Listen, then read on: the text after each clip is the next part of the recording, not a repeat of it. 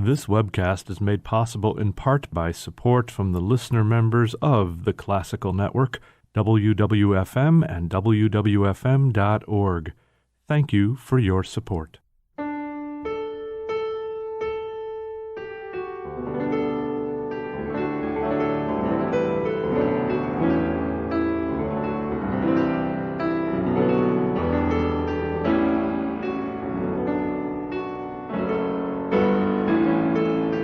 Cadenza, winner of the Deems Taylor Virgil Thompson Award for Broadcasting, is a production of the Classical Network. Funding for this program is made possible by the listener members of the Classical Network. I'm David Osenberg, your host, and today we'll conclude our chat with accomplished American pianist Jeni Slotchiver. Her latest CD, which was the focus of last week's program, is titled American Heritage, with a dominant presence of music by African-American composers, all important composing voices in our American tapestry. But even last week, as we talked about her new CD and her interest in little-known music deserving of wider recognition, her bouncing around during childhood from city to city playing on any piano that existed in the motels and hotels her father managed, her studies at Indiana University, and then with legendary Cuban pianist Germán Diaz, Claudio Arau's protege, the name of the composer she has been most clearly associated with, due to her 3-CD series on the Centaur label titled The Visionary, that being the late 19th, early 20th century Italian composer-pianist Ferruccio Busoni, kept popping up. So this week we'll focus exclusively on her fascination and championing of that still underperformed composer, and you're listening to her perform from her first volume in the 3-CD The Visionary series on Centaur Records, the opening movement from a work that connects to last week's American music program, Busoni's Red Indian Diary Book 1, 4 studies on motifs of the North American Indians. This movement titled Hopi Hihia Katsina Song. I caught up with Jeni Slotchiver via Zoom a few weeks back.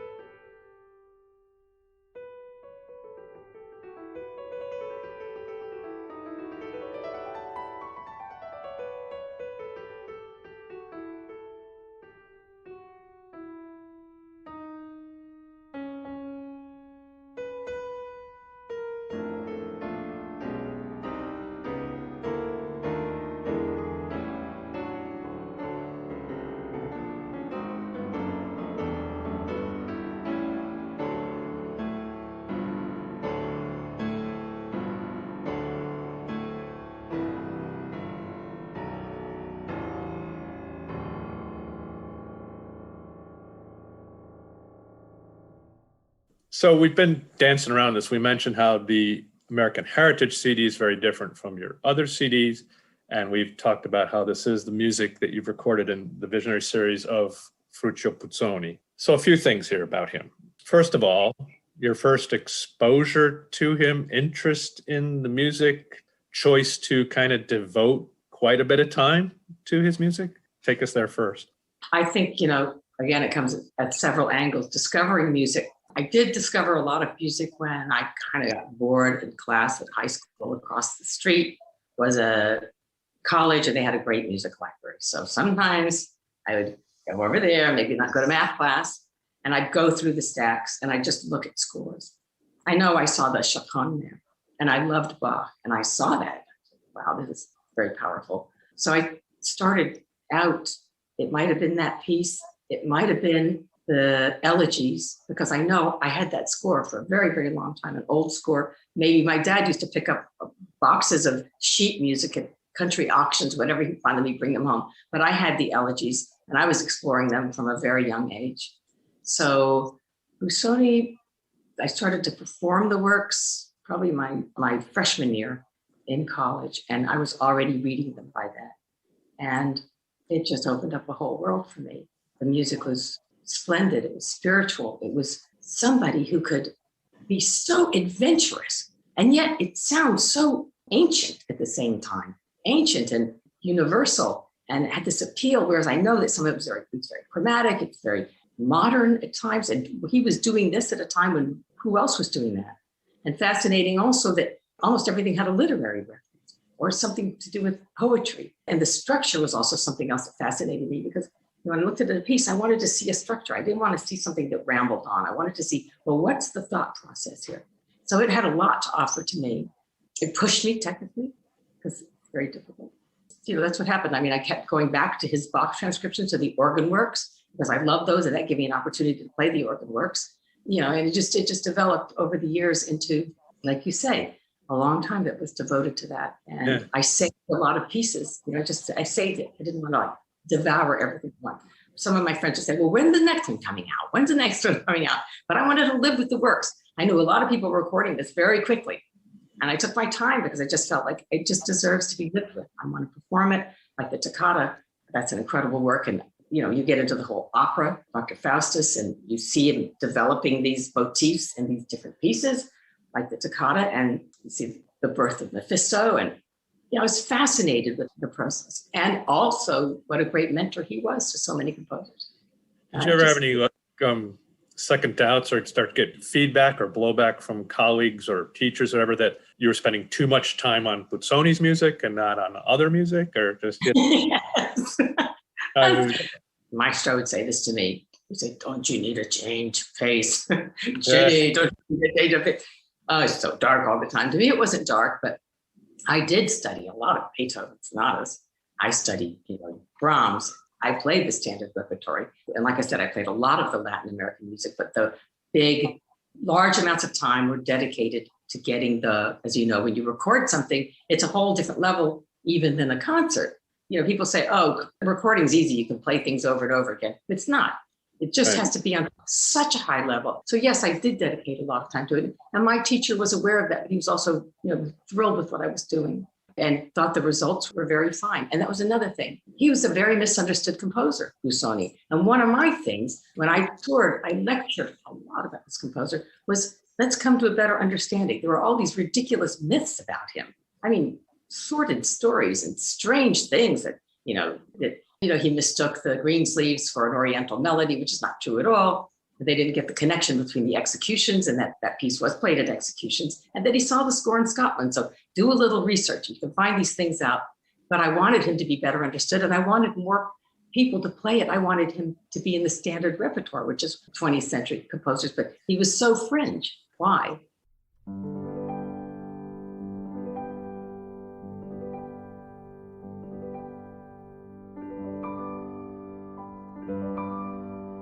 So two of the pieces that my guest has performed of Busoni since early on in her career, again, this from her first volume in the 3 discs devoted to this composer's music, the CD's titled The Visionary. From his 7 elegies, we'll hear Turandot's Frauengemacht, or the Boudoir of Turandot, and then the Berceuse, or Lullaby, performed by Jeni Slotchiver.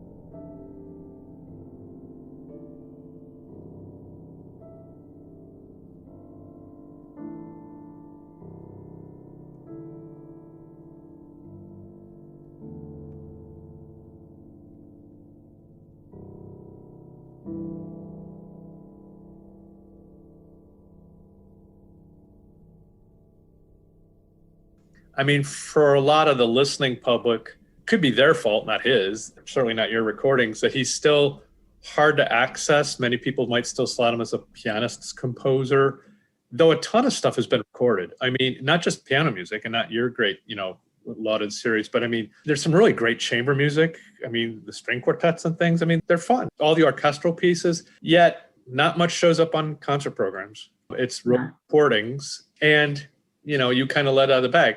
His most frequently performed pieces are transcriptions of other composers, usually J.S. Bach. You've done everything you can. Do you see any progression along the Busoni recognition trail here? I wonder about that. It's hard to say. Music is accessible now. And the review that Tony Tomasini did in the New York Times on the Millennium, he featured 3 albums. Mine was among them. I was honored that featured Busoni. And he said, this is his century. This is where he's coming into being. I don't know. I can tell you this, there was a lot of recordings came out about his work. And some of them I thought were just because let me do this because, it's something different and I'll get recognition. A lot of times that's why musicians do that, because they're trying to distinguish themselves and everybody's striving. So sometimes it's done rapidly and the work is put out there. And so there are a lot of recordings, like you say, live performances. I can count like on one hand, the live performances of the music I've heard here in the city. And, I'm talking about, with the Philharmonic or with orchestra and more pianists. But the fascinating thing about the Bach, the transcriptions, is his treatise on the art of transcription. Because from that, I learned an awful lot how to build a piece out. I love to work on transcriptions myself. And I sit here, I do it in my music room. I did that with the Jarrett. I thought about all the, octave doublings and displacements and ornamentation and this and that and building it out. So, I don't think people are entirely aware of who he is, even now. I don't really know what it is about it. I mean, I continue my work is all I can do. And with my students, I've encouraged them, but I think a lot of people want to play what's more standard. What do you think? Yeah. Or what's happening immediately, maybe something absolutely happening today and not something that was happening then. But he is one of these composers that I'll go put on a recording of something I don't know of his, I haven't listened to yet. I enjoy it for various reasons. These are, along the musical spectrum of why I enjoy it. And then it begs the question, well, I can't be the only one enjoying this. I mean, why aren't other people hearing this music, willing to program it? I don't know if his name has this stigma for various reasons. I mean, you've done all you can. You've mentioned your scholarship, the scholarly aspect. I mean, the liner notes and what you've written. This is not just you going in a studio recording and then somebody at the label writes the notes, I mean, you really are passionate about this and want to make sure you can get as much information out there beyond the notes. Yes, and the notes have continued to change because as more scholarship came out. I mean, when I first started doing it, I had the book of the great Larry Sitzky, who's now coming out with a book, which is a complete Busoni, which is not just Busoni and the piano. But that was the only book I had back then of that. And he was very generous in Australia. And then Beaumont came out with his book. But some of the information, some of the scores were sneaked out of East Berlin on microfilm. So a lot of this wasn't available. But I think one of the things I stressed when I've gone out of this is, yes, there's a lot of symbolism in the music. There's a lot of references to it. You don't need that.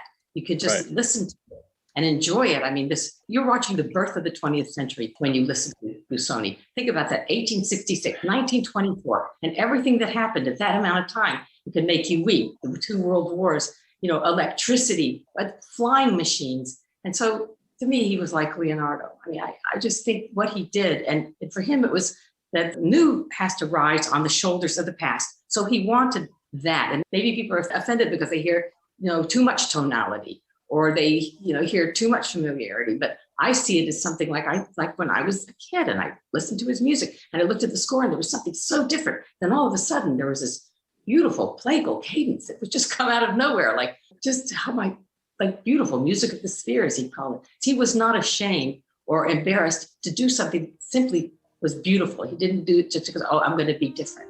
So yeah, his music was comprehensively, very fulfilling to me.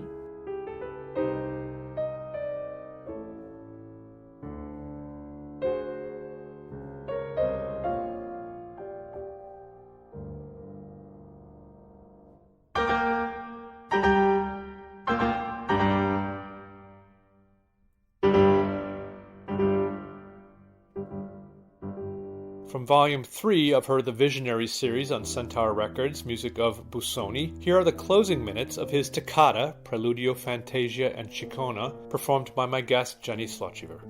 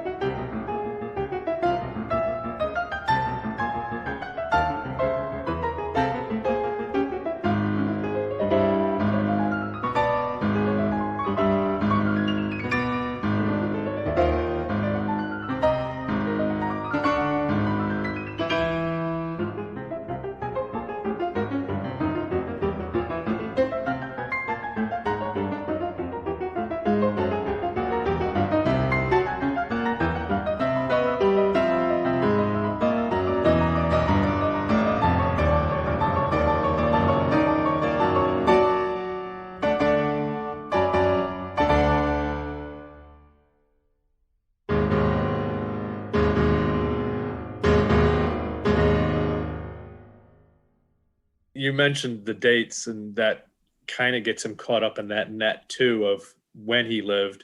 If it was 30 years earlier, we might have a different view of it. He's in that early 20th century when you had all the modernism, you had both Second Viennese School, Schoenberg. Everything going on. Schoenberg. Yeah, Schoenberg, but also Stravinsky and everything else happening. So I don't know. I mean, we are coming up in a few years on the centenary of his death, right? I think if my night. Yes, we are. Maybe. Maybe get the Busoni flags out and we'll get the standard bearers. And we'll I've started practicing again. You're going to have to be at the forefront of that parade. So the Busoni series, there may be more of that. You mentioned with American Heritage that there's a lot of stuff, especially the Latin American stuff. So can we expect future projects to go down that vein, other recordings to start cataloging on CD, all the stuff that you've had under your fingers for a year? I was thinking of the Latin and South American because I have so much of that. And I played so much of it that one time in a review in London, they referenced me as a South American pianist, Jeni Slotchiver. Thank you, I'm honored. But, but I was thinking of that, but as often happens, best made plans, right? Yeah. Who knows what's going to happen? Because it's always about discovery. And that was the thing I meant to mention about, Busoni. Reading a piece, all of a sudden, it's something, to me, there's discovery in his music. Like, wow, where did that come from? So I don't know what I'm going to discover in this time. I don't know. I've been looking at all of the Latin American, South American composers. I have a lot of Argentina. I have a lot of Brazil. I'm working on a couple of transcriptions of tangos from the big Piazzolla ensemble. I don't know, because like I said, you just don't know what's going to happen. Well, what has COVID done for you time-wise? I mean, you could do virtual performances being a pianist, but I mean, has this given you time or in a good way or bad way? So somehow some of my responsibilities have increased. Oh, okay. Some people experience that too. We've had to adjust to different things, getting things and not, going out for things. There's a lot of ordering and organizing and things like that. I am graced to have time. I think that for most of us, whether we have more time or we have somewhat less, I've got plenty to do. So I have distraction, but I do believe that we all have the stress as well. And the burden of worrying about other people that we know and that we don't know. So I think that's been an unnecessary or difficult distraction to just working with the art and staying connected to students and colleagues, whereas we're used to playing for each other right here. Every week, a lot of us would get together and we played for each other. We have a performance class at a historic hall down in the village that meets together of the students of Herman. We miss those things. And it feels a bit too much like a vacuum, but I think that's why this is so important to me, because I didn't have a chance to play concerts with this music when the record came out. Right. So just to get feedback from you or from somebody writing to my website wrote me a note last night that was just amazing about the last chord of Deep River and how it reminded him of the recording of Marian Anderson, and it brought tears to his eyes. How beautiful is that? Because we're not getting the feedback we need. So the radio is really, it's just a grace that I'm able to have that this time. Whenever those public concerts begin again, this is great. Like with the American Heritage, I mean, you'll have these programs that you're dying to give to the public and they're kind of dying to hear. So it's a weird dynamic what COVID has done. And we don't know what it is going to be like on the other side, but we'll look forward to whatever comes out.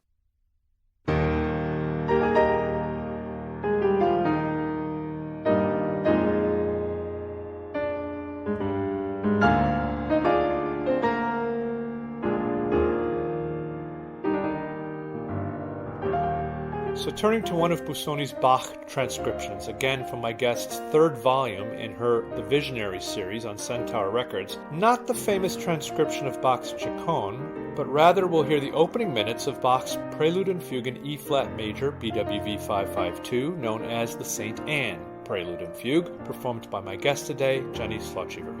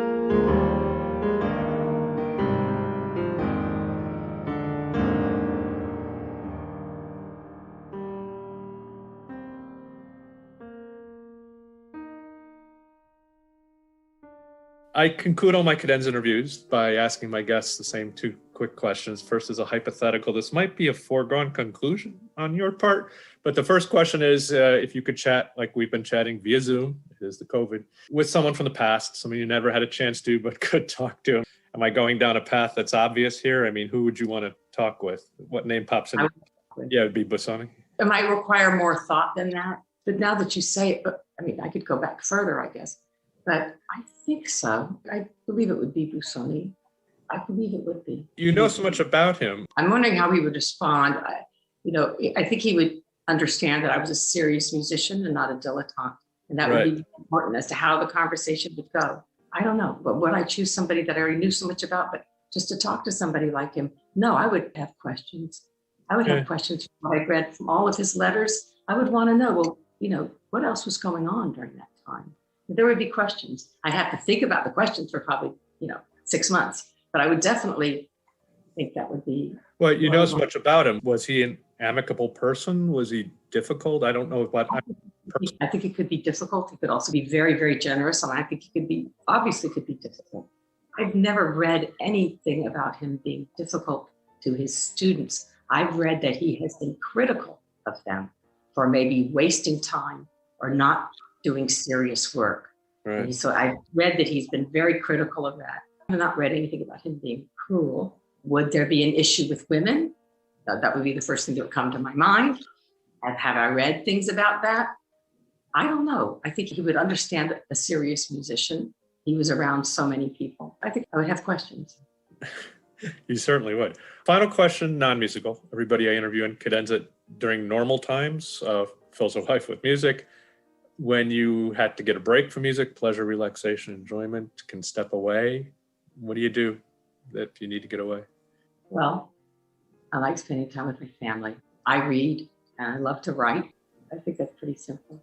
I mean, I do a lot of different things. I love to cook, and that's relaxing for me, especially to explore recipes. This year, while all of this was happening, and a lot of the food purveyors moved to delivering to their retail customers to the house because a lot of their wholesale people were shut down. One of them is a fantastic seafood place that brings in fish from Japan.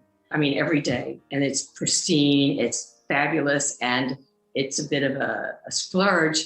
But I started to do that, order from the seafood place. And I started to learn more about Japanese preparation of sushi and sashimi. Got a rice cooker and learned to cook Japanese rice and how to season it. I was writing to my Japanese students and a very close Japanese colleague of mine, getting advice. We bought a couple of very fine knives that, I'm not the one that uses them in the house. So many different things of the Japanese food and some beautiful dishes we prepared. So I explored that probably for 6 months. And now I moved into Thai food and preparing that, which is a little easier than the Japanese food. But yeah, so this has been something as a distraction at the end of a day, because I know it's going to take a few hours in the kitchen, and then it's going to involve ordering. And there was a lot to learn about, species of fishes that I'd eaten at restaurants, but whether it was, burry or various other fishes, and being able to hold it, feel it, age it. I learned about aging. I learned about different marinades. So yeah, that was fascinating for me. And social media helped me tremendously. So many generous friends who are really advanced at that, who were just willing to just tell me what to do and how to do it and how to wrap it and how to keep it dry. And so that was a lot of fun. This is like a pop quiz, but it's fun. Yeah, but see if that continues after COVID. Jeni Slotchiver, thanks for taking some time. I really appreciate it.